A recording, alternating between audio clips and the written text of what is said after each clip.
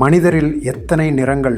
பாலஸ்தீனிய கவிஞர் மஹ்மூத் தர்விஷ் மனித அடையாளத்தின் நெகிழ்வுத்தன்மையை பற்றி கூறுகிறார். ஒரே நபரை இருமுறை காண முடியாது, ஒரே நபருக்குள்ளும் கூட. இந்த கருத்தை ஆழமாக ஆராய்ந்தால் மனிதன் என்பது நிலையான உருவமல்ல, இடையறாது மாறிக்கொண்டிருக்கும் உள் அதிர்வுகளின் தொகுப்பு என்பதை உணர முடிகிறது. முதலாவதாக, காமம், குரோதம், துவேஷம், லோபம், மோகம், மதம், மாச்சரியம் என்னும் 7 கொடிய குணங்கள் ஒவ்வொருவரின் எண்ணத்திறனுக்குள் பொதிந்துள்ளன.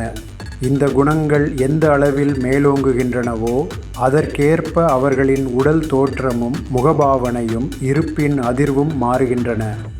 இரண்டாவதாக, 7 தனித்துவமான ஸ்வரங்கள் ஒவ்வொருவரின் கேட்கும் திறனுக்குள் மறைந்துள்ளன. ஒவ்வொரு ஸ்வரமும் தனித்த அதிர்வெண் கொண்டது. அந்த அதிர்வெண்களில் மாற்றம் ஏற்பட்டால் அவை மனதின் குணநிலைகளையும் தூண்டுகின்றன. இதனால் மனநிலையும் அதன் வெளிப்பாடான உடல் தோற்றமும் மாறுகிறது. மூன்றாவதாக, 7 வகையான நிறங்கள் ஒவ்வொருவரின் பார்வை திறனுக்குள் பொதிந்துள்ளன.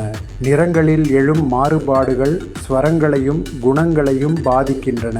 இவ்வாறு நிறம், ஸ்வரம், குணம் இந்த 3ம் ஒன்றையொன்று தொடர்ந்து மாற்றிக்கொண்டே இருக்கின்றன. அதாவது கருப்பும் வெள்ளையும் சேராத அந்த 7 நிறங்கள், 7 ஸ்வரங்கள் மற்றும் 7 குணங்கள் இணையும் பல வகை கலவைகளே ஒவ்வொரு மனிதரின் தோற்றத்தை ஒவ்வொரு கணமும் மாற்றிக்கொண்டிருக்கின்றன. இங்கே கருப்பு என்பது அப்பாவித்தனத்தையோ வெறுமையையோ குறிக்கிறது. வெள்ளை என்பது கருணையால் நிரம்பிய தூய அறிவை குறிக்கிறது.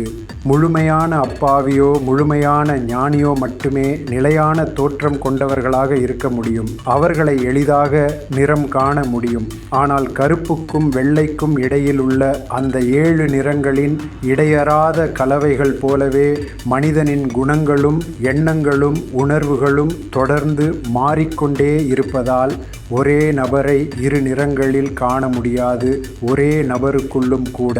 இதன் காரணமாக மனித பிறவி ஒன்றே ஆனாலும் மனிதர்கள் தங்களுக்குள் தாங்களே நிறம் காண முடியாமல் மனிதரில் இத்தனை நிறங்களா என்ற நிரந்தர வியப்போடு வாழ்ந்து கொண்டிருக்கிறார்கள். குருப்யோ நமஹ.